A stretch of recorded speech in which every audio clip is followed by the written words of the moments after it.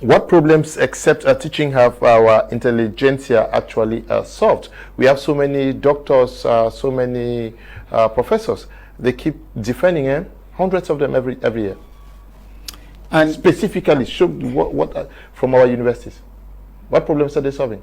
Of course, they keep defending, and I'm sure, and I know that they also keep solving problems. Okay. I mean, Dr. Richard enumerated some brilliant Cameroonians who have done quite a lot in the field of science and technology. I mean, without going to any specific cases, I would rather like to talk about the Cameroonians who have studied so well, and they need that enabling environment to be able to excel. Of course. Okay. Yes, this is the point of view in which I want to come in. Because to say that they are not excelling, to me, I really think that many have the zeal to excel. Because I don't see anybody who will go to school and come back and think that you're not going to use what he did in school.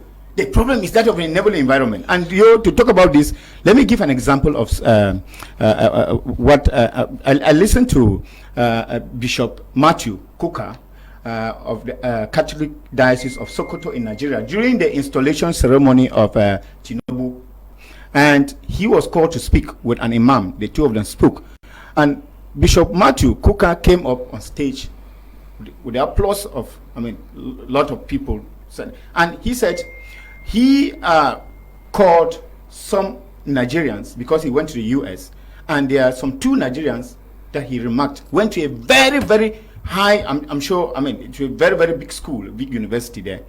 And he came back the time they were to defend.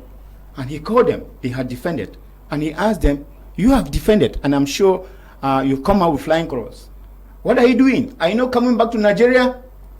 And he said openly, it was 2 weeks ago during the installation, that the response the guys gave him was startling.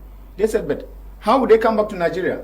They don't have a brother or uncle who is not a senator. They don't have a brother or uncle who is a minister. They don't have a brother or uncle who is a parliament. So what are they coming back to do in Nigeria? I mean, Bishop Matthew Kuka said it to the hearing of the world. And that is the problem that we are talking about here. It is not that youths who have gone to school, the intellectuals, are refusing to produce. They are producing. But they are not being given the opportunity to produce because people are being chosen to do some of these things. Let me give another example. You see, we have road constructions and we have engineers. Those who have graduated from public works and all of those places. We take jobs, even the little engineering work that we're supposed to give to these youths to do. Where do we go to? We go to China to look for labor. We go to France to look for labor.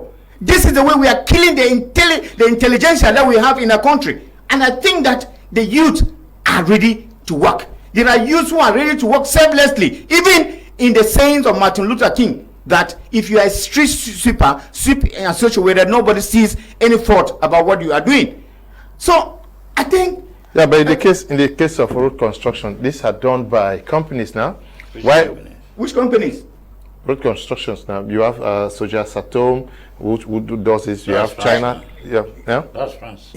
Yes, the Chinese company that takes. I understand what you're saying. That is true. We have the Arab contractors who are from Egypt. Yeah, I understand where you're coming from. But I want to also make a reconstruction of all of this. Is it that we train our own youth to go take labor from somewhere? Don't you think that we can do a reconstruction and say that, okay, the youth that are coming from Polytechnic, the youth that are coming from public works, we even help them to constitute into company. We didn't help them set up companies in order to give back to the country that, I mean, sponsored them, or the country that educated them. Why do we think that we should have to go and take labor from abroad because we have already structured companies that have to do this work? I'm just saying that we really need to have a rethink about how we do things. The youth are ready to do, but is a youth able to set up a construction company in Cameroon? I don't think he is able to. And what is another point about it is that our people like to go to abroad to take labor because that's another way of, when they do like that, they know that they can easily have, I mean, a remittance of what they are doing. If you take somebody here in Cameroon, it's very, very difficult maybe to have what you want or to get through the corrupt means. I want to give an example of the Wuri Bridge. When we were constructing this Wuri Bridge, even though no Cameroon company came up, but I know other applied, but two were shortlisted, one from France and one from China.